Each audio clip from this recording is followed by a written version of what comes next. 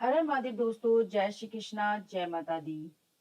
आज का जो हमारा वीडियो है वो नवरात्रि के लिए है और आज के जो वीडियो है हमारा खास है नवरात्रि के इन 9 दिनों के लिए हमें कलश की स्थापना कैसे करनी है, ज्वारे हमें कैसे बोने हैं और चौकी की स्थापना करते समय चौकी पर हमें क्या-क्या सामग्री रखनी है, किस तरह से हमें चौकी का श्रृंगार करना है और किस तरह से हमें चौकी की पूर्ण स्थापना करनी है। तो ये सारी चीजें आज के हम वीडियो में कवर करने वाले हैं। जो भी शुभ मुहूर्त आपके लिए सूटेबल हो उस टाइम पर आप कलश की स्थापना करें। तो चलिए अब हम आपको माता जी की चौकी की स्थापना करना, कलश स्थापना करना और ज्वारे बोना बता देते हैं। चौकी की स्थापना करने के लिए क्या क्या सामग्री की हमें आवश्यकता है, वो सारी सामग्री हम चौकी के पास में लाके पहले ही रख लेंगे। हमें चाहिए होगी एक माता जी की तस्वीर, एक लाल कपड़ा जो हमें चौकी पे बिछाने के लिए काम में आएगा, एक सूखा नारियल जिसे हम बचता हुआ नारियल भी कहते हैं, एक तांबे का कलश लेना है। आप इसकी जगह मिट्टी का कलश भी ले सकते हैं। कलश को ढकने के लिए एक पात्र लेना है हमें, गंगा जल हमें लेना है और शुद्ध जल भी हमें कलश में भरने के लिए चाहिए होगा। इसके अलावा हमें आम के या अशोक के पत्ते चाहिए होंगे। अगर आम के पत्ते मिल जाते हैं तो ज्यादा ठीक है। धान चाहिए होगा, धान में आप चावल ले सकते हैं या गेहूं ले सकते हैं। इसके अलावा हमें कलावा चाहिए और इत्र चाहिए। कलश में डालने के लिए हमें चाहिए होगी सूखी गांठ हल्दी की और एक सुपारी चाहिए होगी साबुत। इसके अलावा हमें एक कमलगट्टा चाहिए होगा और लौंग के 2 जोड़े भी हमें चाहिए होंगे। ये सारी सामग्री कलश के लिए चाहिए और कलश में डालने के लिए 1 रुपए का सिक्का चाहिए। इसकी जगह आप चांदी का सिक्का भी डाल सकते हैं। अब माता जी पर चढ़ाने के लिए हमें चाहिए होगा श्रृंगार का सामान। तो जो भी आपकी श्रद्धा हो, जो भी आप श्रृंगार का सामान चढ़ाना चाहते हैं, वो आप श्रृंगार का सामान यहाँ पर रख लें। बस इतना ध्यान रखें कि जो श्रृंगार का सामान आपने लिया है वो 9 या 13 की क्वांटिटी में ना हो। तो यहाँ पे हमने जो भी श्रृंगार का सामान है वो रख लिया है। एक लाल कपड़ा भी हमने यहाँ पर ले लिया है। माता जी की चुनरी जरूर लें क्योंकि माता जी को चुनरी सबसे ज्यादा प्यारी होती है। तो चलिए अब हमने सारा सामान यहाँ पे लाके रख लिया है। तो सबसे पहले हम ज्वारे बोना आपको सिखाते हैं। चौकी की स्थापना करने से पहले आपको जो मिट्टी आप लेके आए हैं उसको अच्छे से छान लेना है और जो आपके पास में ज्वारे बोने के लिए आपने जो मिट्टी का पात्र लिया है उस पात्र को भी अच्छे से धो लेना है। धोने के बाद में इस पात्र के अंदर जो आपने छान के मिट्टी रखी हुई है उसको पूरी तरह से डाल देना है। बस थोड़ी सी मिट्टी हमें इसमें बचा लेनी है। हमें मिट्टी इतनी भरनी है कि जो हमारा पात्र है वो आधा भर जाए। अब भरने के बाद में इसके अंदर हम पानी डाल देंगे और पानी डालने के बाद में ये जो मिट्टी का पात्र है हमारा ज्वारे बोने के लिए तैयार हो गया है।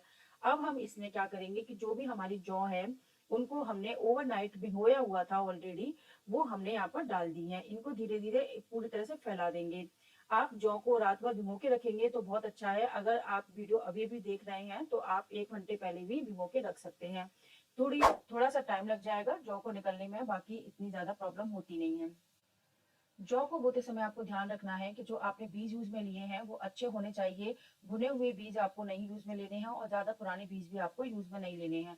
और यहाँ पे जो आपने मिट्टी यूज में ली है वो मिट्टी काफी हल्की होनी चाहिए, बहुत ज्यादा हार्ड मिट्टी ना हो। अब हमने जो जौ बिछाए थे उसके ऊपर हम थोड़ी सी मिट्टी और बिछा देंगे। ऐसा हम इसलिए कर रहे हैं जिससे हमारे जितने भी जौ के दाने हैं वो सारे मिट्टी के अंदर दब जाएं। और बहुत ही हमें पतली सी लेयर यहाँ पर बिछानी है, बहुत ज्यादा मोटी लेयर नहीं बिछानी है। ऐसा करने से आपके जो बीज है वो जल्दी अंकुरित हो जाते हैं। मिट्टी को बिछा देने के बाद में आपको इसके ऊपर हल्के हाथ से पानी डालना है। जिस तरह से यहाँ पे मैं पानी डाल रही हूँ इसी तरह से आपको डालना है और हर दिन थोड़ा थोड़ा पानी आपको इसी तरह से डालना है। बार बार आप अगर एक साथ पानी डालेंगे तो जो बीज है वो अपनी जगह छोड़ देते हैं और आपकी जौ अच्छे से अंकुरित नहीं होगी और कम क्वांटिटी में अंकुरित होगी। तो इस बात का भी आपको ध्यान रखना है।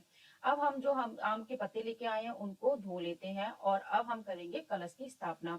तो सबसे पहले हम चौकी की स्थापना करेंगे। चौकी को जहाँ पे आपको रखना है, जो जगह आपको लगे कि हाँ हमें चौकी रखनी है वहां रख दें, क्योंकि 9 दिन तक चौकी को इस जगह से बिल्कुल भी हिलाना नहीं होता है। चौकी को अच्छे से कपड़े से, साफ कपड़े से पोंछ लें और उसके बाद में जो हमारा लाल कपड़ा हमने लिया था चौकी पर बिछाने के लिए, उस लाल कपड़े को इसके ऊपर हम बिछा देंगे। अब हमने जो कलश लिया है उस कलश के ऊपर मूली बांध देंगे जिसे हम कलावा भी बोलते हैं। चौकी को माता जी का आसन माना जाता है, वहीं कलश को षष्ठी शक्ति और देवी का प्रतीक माना जाता है। कलश की स्थापना करने से पहले हमें जो चौकी है हमारी उसके नीचे धान जरूर रखना है। धान में आप चाहें तो चावल रख सकते हैं, चावल का ढेर लगा के आप धान रख सकते हैं या फिर आप इसकी जगह कोई और भी धान ले सकते हैं। जैसे आप गेहूं ले सकते हैं, जौ ले सकते हैं और भी जो भी धान में आता है वो सारी चीजें आप ले सकते हैं। मैंने यहाँ पर नीचे स्वास्तिक बना दिया है, आप चाहे स्वास्तिक बनाएं चाहे आप एक यहाँ पर धान अच्छे से थोड़ा सा रख दें। सबसे पहले हम माता जी की चौकी के ऊपर माता जी की तस्वीर या प्रतिमा को स्थापित करेंगे। चौकी का मतलब होता है कि माता जी को अपने घर में ससम्मान आमंत्रित करना और विराजमान करना। यह पवित्र स्थान पूजा का मुख्य केंद्र होता है, जहाँ पर पूरे 9 दिन आरती भजन और पूजा अर्चना की जाती है। माता जी को सबसे ज्यादा प्रिय होती है चुंदरी, तो अब हम माता जी को चुंदरी पहना देते हैं। अक्सर हमें नहीं पता होता है कि कलश स्थापना के समय कलश को माता जी के किस दिशा में रखना चाहिए। हमें हमेशा कलश को माता जी के सीधे हाथ की तरफ और अपने उल्टे हाथ की तरफ रखना चाहिए। तो यहाँ पर हम कलश वाले स्थान पर धान रख देते हैं। धान में आप कोई भी चीज यूज में ले सकते हैं, आप गेहूं भी यूज में ले सकते हैं। यहाँ पर मैं चावल का यूज कर रही हूँ। अब जो धान हमने लिया है वहां पे हम अष्टदल कमल बना लेते हैं। इस तरह से आप उंगलियों की सहायता से अष्टदल कमल बना सकते हैं। और यह जो अष्टदल कमल होता है वो काफी शुभ माना जाता है। अष्टदल कमल तैयार हो गया है और अब हम कलश को तैयार कर लेते हैं। कलश तैयार करने के लिए हमें इसके ऊपर पूर्ण स्वास्तिक बनाना है। स्वास्तिक बनाने में आपको विशेष ध्यान रखना है कि जो स्वास्तिक आप बनाए वो दक्षिणावर्ती बनाए। यहाँ पे जो लाइनें मैं यहाँ पर बना रही हूँ स्वास्तिक की, आप देखिए मैं ये इसको क्लॉकवाइज डायरेक्शन में बना रही हूँ, यानी दक्षिणावर्ती बना रही हूँ। इसी तरह से आपको कलश पर दक्षिणावर्ती स्वास्तिक बनाना चाहिए। अगर आप वामावर्ती स्वास्तिक बनाएंगे तो यह शुभ संकेत की जगह अशुभ संकेत लेके आता है। और एक बात और याद रखनी है कि जो हमारा स्वास्तिक है वो पूर्ण स्वास्तिक होना चाहिए। पूर्ण स्वास्तिक में यहाँ पे मैंने जितनी भी लाइनें बनाई हैं और ये जो बिंदी बनाई है वो सारी चीजें आपको करनी है। और इस कलश पर हमें रिद्धि सिद्धि की लाइंस और शुभ लाभ की लाइनें भी बनानी है। जब ये सारी चीजें हम बना देते हैं तब हम इसको पूर्ण स्वास्तिक बोलते हैं। तो जो हमारा कलश है उस पर आपको पूर्ण स्वास्तिक ही बनाना है। तो यहाँ पर आप देखिए मैंने पूर्ण स्वास्तिक यहाँ पर बना दिया है और इसी तरह से आपको भी पूर्ण स्वास्तिक बना के कलश पर रख लेना है। अब कलश के अंदर हम एक एक करके सारी सामग्री डालेंगे। सबसे पहले हमें गंगा जल कलश के अंदर डालना है। तो आपको 5-6 ड्रॉप्स गंगा जल की कलश के अंदर डाल देनी है। और इसके बाद में जो हमने स्वच्छ जल लेके रखा हुआ था उस जल से इस कलश को पूरा भर देना है। एक चीज और याद रखनी है कि इस कलश में आपको किसी भी तरह का फूल नहीं डालना है। अगर आप 1 दिन के लिए कलश की स्थापना कर रहे हैं तब आप डाल सकते हैं, लेकिन आप अगर 9 दिन के लिए कलश की स्थापना कर रहे हैं तो फूल ना डालें। अब आपको इसमें सबसे पहले हल्दी की गांठ डालनी है। इसके बाद में आपको एक साबुत सुपारी डालनी है। और उसके बाद में आपको एक कमल गट्टा डालना है। कमल गट्टे के बाद में आपको इसमें लौंग के 2 जोड़े डालने हैं। और इसके बाद में आपको 1 रुपए का सिक्का या आप चांदी का सिक्का भी इसमें डाल सकते हैं। अब हम इसमें डालेंगे इत्र। इत्र माता जी को बहुत ज्यादा प्रिय होता है। तो 5 हमने इसमें चीजें डाली थी और एक हमने इसमें इत्र डाल दिया है। अब हमने जो आम के पत्ते धो के रखे थे, जो मैं यहाँ पर 7 ले रही हूँ, आप चाहे तो 5 ले सकते हैं, आप 11 भी ले सकते हैं। तो जितने भी हमारे आम के पत्ते हैं उन पे हमें टीका लगा लेना है। अगर आपको आम के पत्ते नहीं मिलते हैं तो आप अशोक के पत्ते भी यहाँ पर यूज कर लेंगे। एक एक करके हम पत्तों को इस तरह से एक कलश के अंदर डालते जा रहे हैं। यहाँ पर आप देखेंगे कि सारे पत्ते मैंने कलश के अंदर रख दिए हैं। और इसके बाद में जो हमने ऊपर ढकने के लिए पात्र लिया था उस पात्र में हमें धान रखना है। यहाँ पे मैं चावल रख रही हूँ, आप चाहे यहाँ पर गेहूं भी रख सकते हैं। तो इस जो हमारे ढकने का जो पात्र है इसको रखने के बाद ही यह जो कलश है वो पूर्ण पात्र माना जाता है। अगर आप यहाँ पे ये वाला पात्र नहीं रखेंगे तो ये पूर्ण पात्र की स्थिति में नहीं आता है। अगर आप कलश की स्थापना 9 दिन के लिए कर रहे हैं तो आप इसके अंदर फूल बिल्कुल भी ना डालें। काफी लोग इसमें फूल डाल देते हैं। 9 दिन में जो हमारा फूल होता है वो सड़ जाता है और जब आप कलश का विसर्जन करते हैं तो उस टाइम पर पानी में से काफी दुर्गंध आती है। और ये जो पानी होता है वो घर घर में छिड़कने के लिए उपयोग में नहीं आ पाता है। इसलिए आप इसका विशेष ध्यान रखें कि आप 9 दिन के लिए कलश स्थापित करें तो फूल बिल्कुल भी ना डालें। अब जो हमने नारियल लिया था उस पे मोली से टीका लगा देते हैं। और जो हमने लाल कपड़ा लिया था उसको नारियल के ऊपर अच्छे से गोल गोल लपेट देते हैं। इसके बाद में हम दक्षिणा स्वरूप इसके ऊपर 11 रुपए, 21 रुपए, 51 या 101 रुपए जो भी आपकी श्रद्धा हो वो रखकर मोली से इस तरह से बांध देंगे। नारियल की 2 साइड होती हैं, उनमें से एक साइड को हम नारियल का मुख बोलते हैं। तो आपको पता होना चाहिए कि नारियल का मुख किस साइड में होता है। तो नारियल की जो आईज होती हैं उसी को नारियल का मुख बोला जाता है। यहाँ पे आप देखेंगे कि ये पीछे की साइड है और ये वाला जो साइड है ये नारियल का मुख है। तो जो नारियल का मुख है वो आपकी तरफ होना चाहिए, यानी कि जो नारियल की आईज है वो आपकी आईज की तरफ होनी चाहिए। हमें नारियल को कलश के ऊपर स्थापित करते समय हमेशा इस बात का ध्यान रखना है कि नारियल का जो मुख है वो आपकी साइड में ही हो। नवरात्रि का सबसे प्रमुख अनुष्ठान होता है कलश की स्थापना करना। कलश को सृष्टि और ब्रह्मांड का प्रतीक माना जाता है। कलश में सभी देवी देवताओं का वास माना जाता है। मुख पर विष्णु, गले में रुद्र, मूल भाग में ब्रह्मा और जल में समस्त देवी देवताओं तथा तीर्थों का निवास माना जाता है।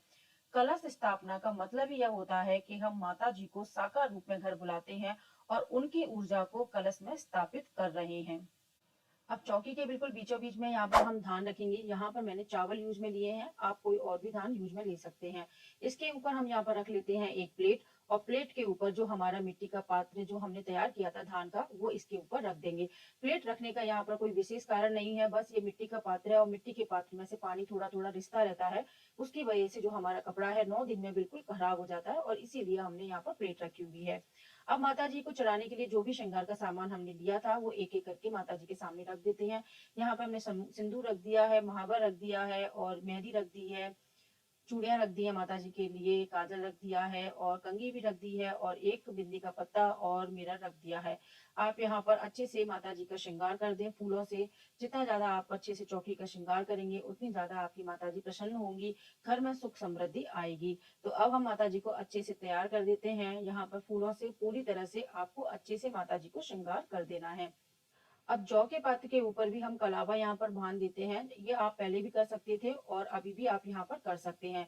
माता जी की जो चौकी होती है वो माता जी के बैठने का स्थान माना जाता है। जिस तरह से हम मेहमान को बुलाते समय उनके लिए बैठने के लिए जगह तैयार करते हैं, उसी तरह से माता जी को हम बुलाते समय उनके लिए चौकी तैयार करते हैं। जब माता जी की चौकी पूरी तरह से तैयार हो जाए तब माता जी से आह्वान कीजिए कि माता जी आइए और अपने स्थान पर विराजित होइए। माता जी को भोग स्वरूप आप कोई भी फल यहाँ पर रख सकते हैं। अब हमारी जो माता जी की चौकी है वो पूरी तरह से तैयार हो चुकी है, और अब हम यहाँ पर पूरे 9 दिन तक पूजा अर्चना और भजन इसी चौकी के सामने करेंगे। यह जो चौकी होती है काफी पवित्र मानी जाती है, इसलिए इस पवित्रता का आपको विशेष ध्यान रखना है।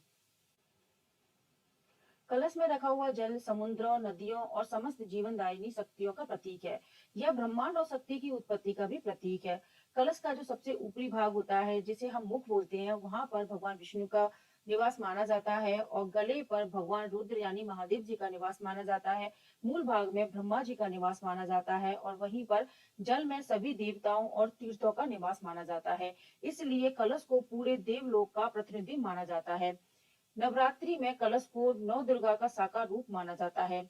कलश के ऊपर रखा हुआ नारियल समृद्धि का प्रतीक होता है, वहीं आम और अशोक के पत्ते शक्ति और शुद्धि का प्रतीक होता है। जल जीवन और शांति का प्रतीक होता है। कलश स्थापना करने से ऐसा माना जाता है कि देवी माँ स्वयं घर में विराजित होकर भक्त को आशीर्वाद देने के लिए आई हुई है।